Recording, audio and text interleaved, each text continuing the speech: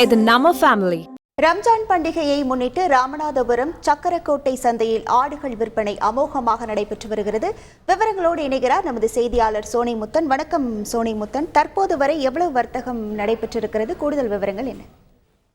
வணக்கம். அதாவது புனித ரமலான் பண்டிகை முன்னிட்டு ராமநாதபுரம் சிறப்பு ஆட்டுச் சந்தையில் பல்வேறு மாவட்டங்களிலிருந்து ஏராளமான ஆடுகளை வியாபாரிகள் கொண்டு வந்திருக்கின்றனர். தற்போது வரை சுமார் 1 கோடிக்கு மேல விற்பனை செய்ததாக தகவலானது வெளியாகிருக்கிறது.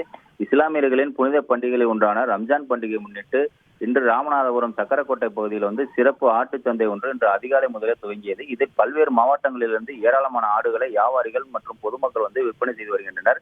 குறிப்பாக அந்த சிறிய ரக ஆடுகள் 5,000 தொடங்கி சுமார் 50,000 வரைக்கும் விற்பனை செய்யக்கூடிய ஆடுகள் இந்த சந்தைக்கு வந்திருக்கிறது.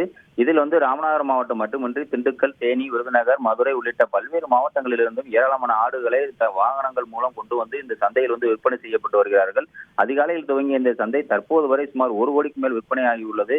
மேலும் இன்று 11 மணி வரை நடக்கும் இந்த சந்தையில் சுமார் 5 கோடிக்கு மேல் விற்பனை ஆகும் என எதிர்பார்க்கப்படுகிறது.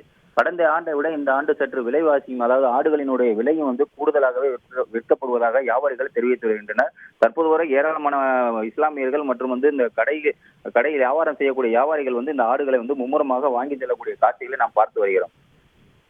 உங்கள் முழு விவரங்களுக்கு நன்றி சோனிமுத்து.